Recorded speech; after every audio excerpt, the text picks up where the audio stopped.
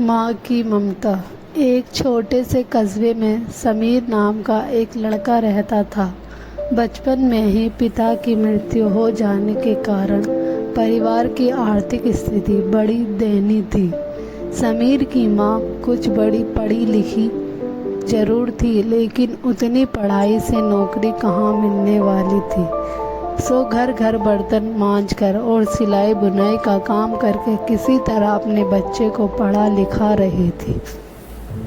समीर स्वभाव से थोड़ा शर्मीला था और अक्सर चुपचाप बैठा रहता था। एक दिन जब वह स्कूल से लौटा तो उसके हाथ में एक लिफाफा था।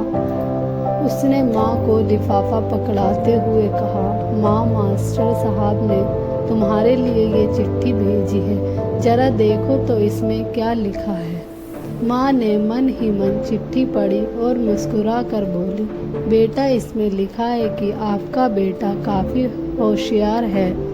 इस स्कूल के बाकी बच्चों की तुलना में इसका दिमाग बहुत तेज है और हमारे पास इसे पढ़ाने लायक शिक्षक नहीं है, इसलिए कल से आप इसे किसी और स्कूल में भेजें। ये बात सुनकर समीर को स्कूल न जा सकने का दुख तो हुआ, पर साथ ही उसका मन आत्मविश्वास से भर गया कि वो कुछ खास है और उसकी बुद्धि तीव्र है।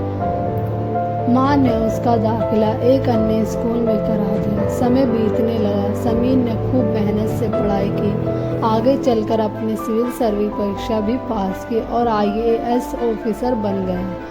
समीर की माँ अब बूढ़ी हो चुकी थी और कई दिनों से बीमार भी चल रही थी और एक दिन अचानक उनकी मृत्यु हो गई। समीर के लिए ये बहुत बड़ा आघात था। वह बिलख कर रो पड़ा। उसे समझ नहीं आ रहा था कि अब अपनी माँ के बिना वो कैसे जिएगा।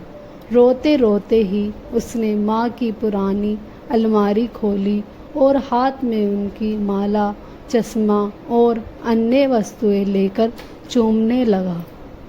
उस अलमारी में समीर के पुराने खिलौने और बचपन के कपड़े तक संभाल कर रखे हुए थे। समीर एक एक करके सारी चीज़ें निकालने लगा और तभी उसकी नज़र एक पुरानी चिट्ठी पर पड़ी।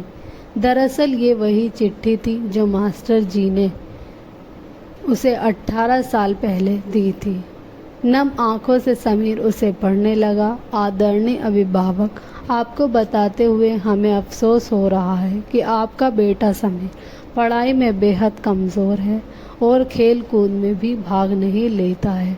जान पड़ता है कि उम्र के हिसाब से समीर की बुद्धि विकसित नहीं हो पाई है।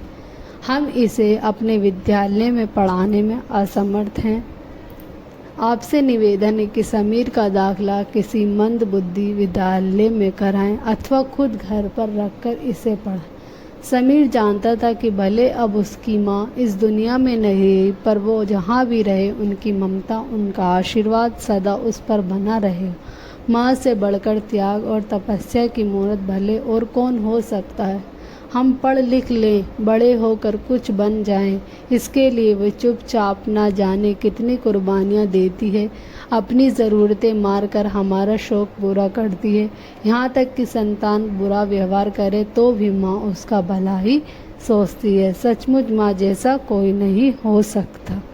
आपको ये कहानी अच्छी लगी हो तो हमें लाइक करें, शेयर करें, कमेंट्स करें और सब्सक्राइब करना ना भूलें।